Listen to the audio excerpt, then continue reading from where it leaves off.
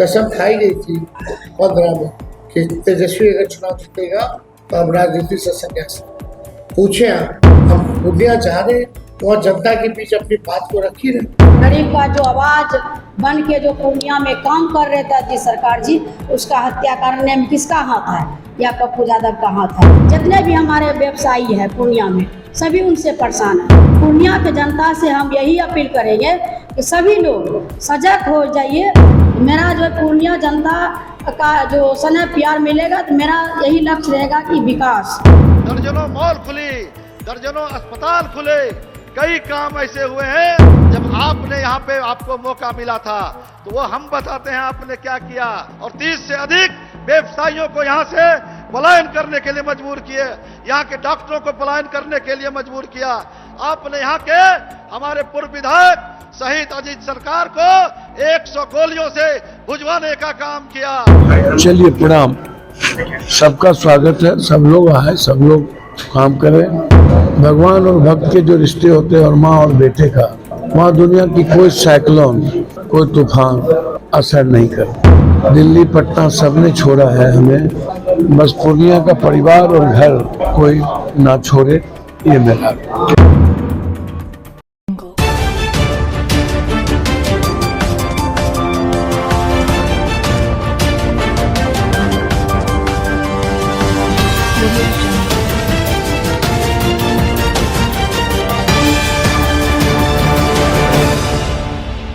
पूर्णिया में आखिर के दिनों में क्या होने वाला है? त्रिकोणीय मुकाबला है और सभी की निगाहें पूर्णिया लोकसभा चुनाव पर टिकी हुई है। आखिर के कुछ घंटे ही बचे हुए हैं। अब देखना यह होगा कि इन आखिरी घंटों में कौन बाजी मार ले जाता है और किसकी तरफ जनता का झुकाव होगा। आप अगर जानना चाहते हैं तो अंत तक बने रहना होगा आपको इस खबर में। नमस्कार, आप देख रहे हैं BMW news. Purnia Lok Sabha seat पर त्रिकोणीय मुकाबला होने के बाद सवाल खड़े हो रहे हैं कि पूर्णिया लोकसभा सीट से कौन जीत रहा है। सबसे चर्चित नाम पप्पू यादव का है, जो निर्दलीय उम्मीदवार हैं। राजद की प्रत्याशी महागठबंधन की तरफ से बीमा भारती हैं। एनडीए समर्थित जदयू के उम्मीदवार संतोष कुशवाहा हैं मैदान में। बड़ी कशमकश देखने को मिल रही है। जनता भी कंफ्यूज है कि किसे वो वोट करे। लेकिन आज के इस विश्लेषण में हम आपको एक साफ सुथरी विश्लेषण दिखाएंगे, जिससे आप भी अंदाजा लगा सकते हैं कि इस बार जीत किसके खाते में जाएगी और कैसे। देखिए, सूत्रों के हवाले से जो खबर आ रही है कि कम से कम 2 दर्जन से अधिक राजद के विधायक पूर्णिया में पहले से ही डेरा जमाए हुए हैं।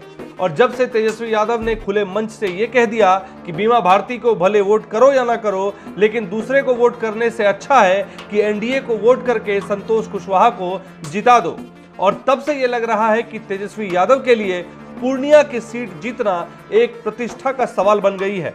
तो चलिए सबसे पहले बात करते हैं पूर्णिया लोकसभा सीट के वोट बैंक की और समझते हैं यहां के जातीय समीकरण को।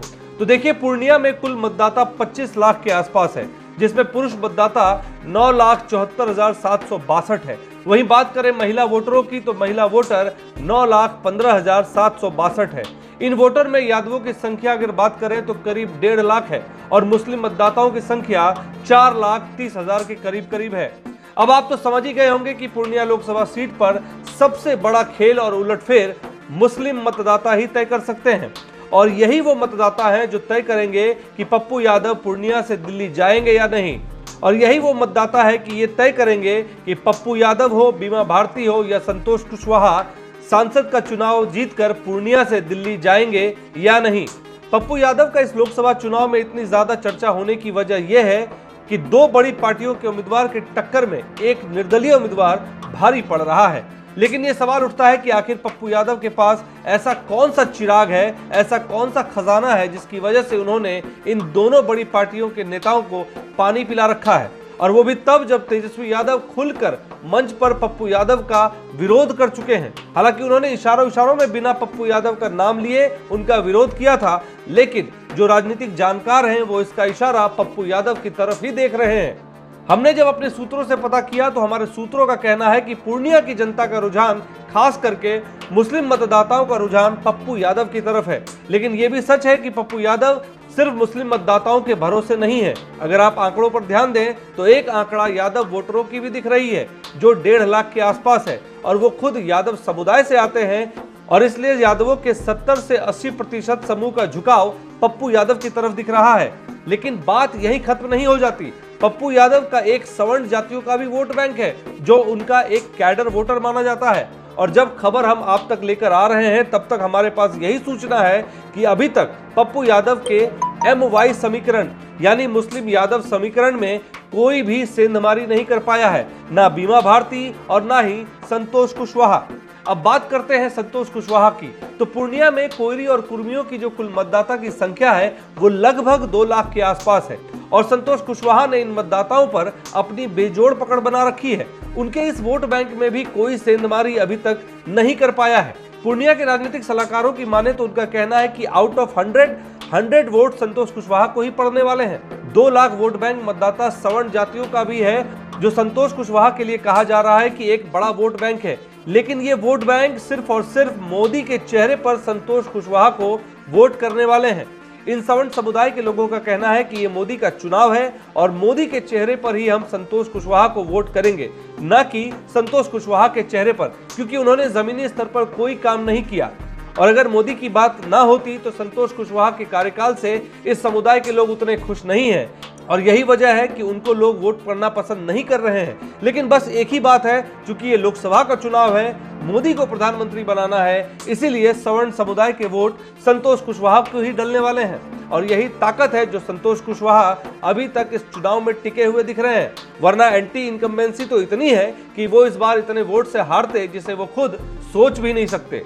अब बात करते हैं बीमा भारती की। तो बीमा भारती के पीछे तेजस्वी यादव खुद खड़े हैं और तेजस्वी यादव का वोट बैंक वही मुस्लिम और यादव वोट बैंक है। और जैसा कि हमने आपको बताया कि पूर्णिया में यादवों का वोट बैंक 4 लाख है और इसी 4 लाख पर तेजस्वी यादव अपना दांव खेल रहे हैं।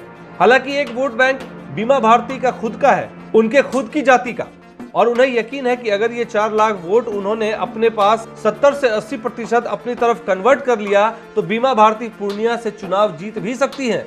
ऐसा दिख तो नहीं रहा, बट एक चांस जरूर कह सकते हैं। बीमा भारती और तेजस्वी के भी जो विधायक है वो भी पूरा जोर लगा रहे हैं कि पूरी मुस्लिम समुदाय का वोट बीमा भारती के पक्ष में पड़े, जिससे ये पूरा खेल ही पलट जाए। इसलिए बीमा भारती पूरी तरह से मुस्लिम वोटरों की तरफ टकटकी निगाह से देख रही है और उम्मीद कर रही है कि उन्हें ज्यादा से ज्यादा मुस्लिम वोटरों का साथ मिले। लेकिन इस बीच जो सबसे हैरान करने वाली और सोचने वाली भी बात है वो ये कि आखिर तेजस्वी यादव ने ऐसा क्यों कहा। क्या तेजस्वी यादव पहले से हार मान चुके हैं, जैसा विपक्षी भी उन पर आरोप लगा रहे हैं कि बीमा भारती को अगर वोट नहीं करते हैं, इंडिया गठबंधन को वोट नहीं करते हैं, तो आप संतोष कुशवाहा यानी NDA गठबंधन को वोट करें और उन्हें जिता दें।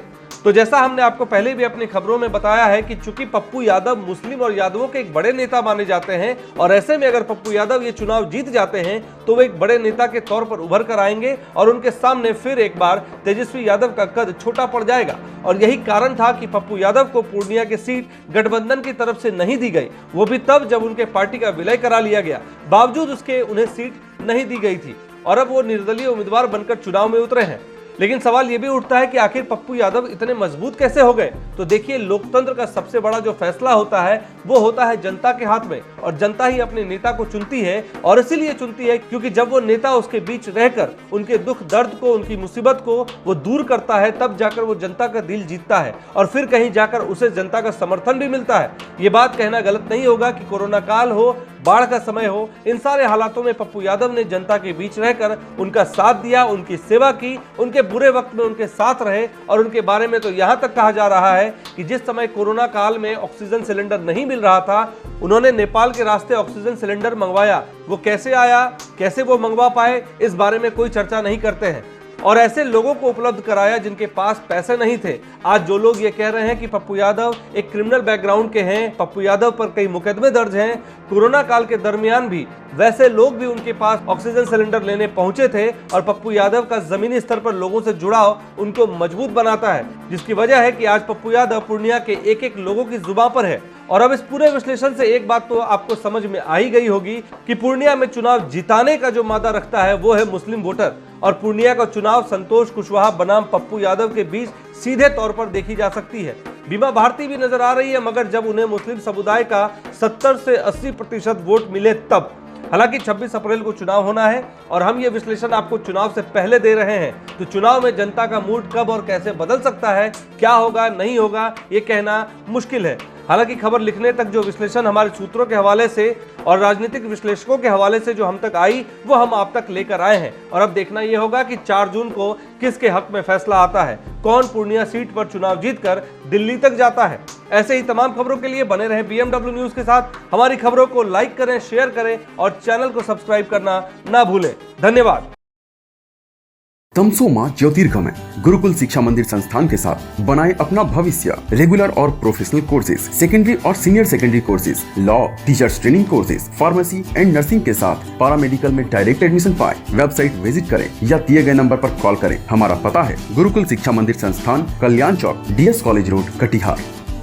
हमारा वीडियो अगर आपको अच्छा लगा हो तो आप हमारे वीडियो को शेयर करें, लाइक करें, हमारे चैनल को सब्सक्राइब जरूर करें। धन्यवाद।